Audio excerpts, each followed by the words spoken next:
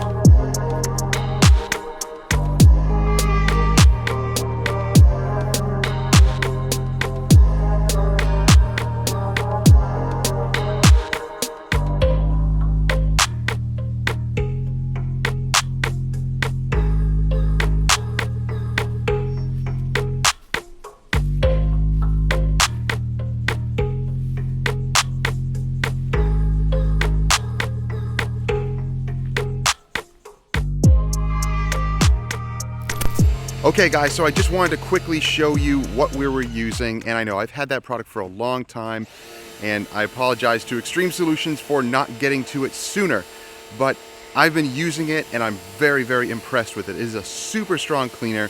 Now just be wary, don't use it on bare aluminum wheels. If you do, it's very, very quick, rinse on, rinse off. But you know what? Avoid bare aluminum wheels, delicate wheels. You're probably not going to be cleaning those heavily anyway. So this is really designed for mobile detailers that are dealing with disgusting, baked on brake dust that's extremely difficult to remove. So this stuff is very effective. So check out the links down below. I'll have it down there, but we used it on this little Beetle and it cleaned up the wheels and the tires and the wheel wells. You can use it on the paint as well, kind of like an APC rinse, but probably dilute it more, maybe even like 1 to 10. And it can be great as APC rinse, basically, kind of like a pre-wash. It is very, very strong stuff, but really effective as well. So guys, I hope you enjoyed the video. If you did, give it a thumbs up, like it, share with others who may enjoy it. Don't forget to subscribe and click that bell. That way you get notifications each time these videos drop each week and you don't miss stuff. Thank you guys for joining us today. We'll see you next time. Stay safe.